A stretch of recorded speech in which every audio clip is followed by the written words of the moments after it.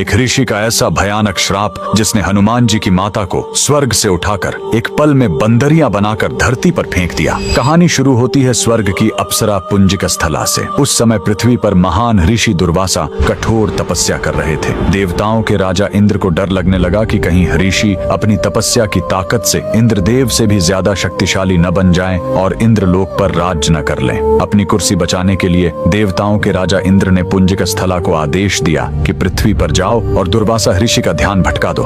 इंद्र के आदेश पर वह ऋषि के आश्रम गए और उनकी तपस्या में बाधा डालने लगी।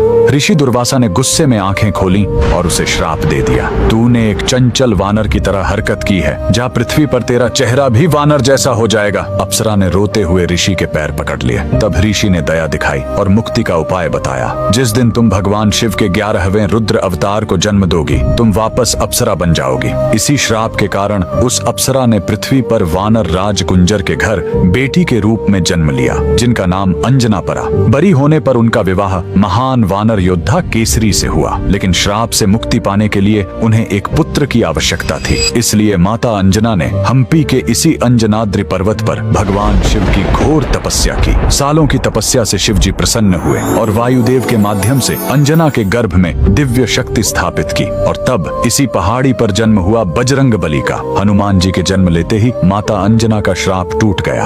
आज कर्नाटक के हम्पी में स्थित यह अंजनाद्रि पर्वत इस पूरी घटना के गवाह है। 575 सीढ़ियां चढ़कर आज भी भक्त उस पवित्र जन्म स्थान के दर्शन करने आते हैं। पवन पुत्र हनुमान के लिए कमेंट्स में जय बजरंग बली जरूर लिखें।